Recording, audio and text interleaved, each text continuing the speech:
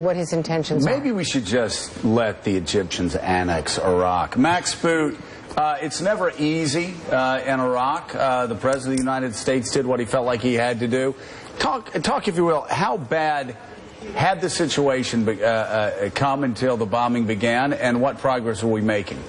I think the situation, Joe, was about as bad as you could imagine, because here you had this fundamentalist Islamist state, very similar to the Taliban in Afghanistan before 2001, and they'd taken control of a substantial portion of Syria as well as Iraq. We show this map, Max. They actually control an area larger than the entire nation of Jordan. Exactly, larger than New England. I mean, it's a pretty horrifying scenario, and they were starting to carry out genocide against the Yazidis, against the Christians.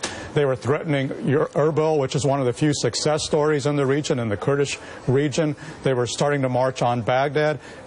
You know, the fact that we're finally intervening, I think, is long overdue. My question is, do we have a strategy driving our intervention? Right. And I would point you to the words of Napoleon, who said, if you start to take Vienna, take Vienna. Right. In other words, if we're going to go out there and fight these guys, let's do it for real. Let's do it in a way that we have a strategy to destroy ISIS instead of just pinging them around the edges. Well, you know, Willie, we always say that if you're going to take Vienna, take Vienna. Take Vienna. That's a pretty good quote. I think I'm going to use that. Hey,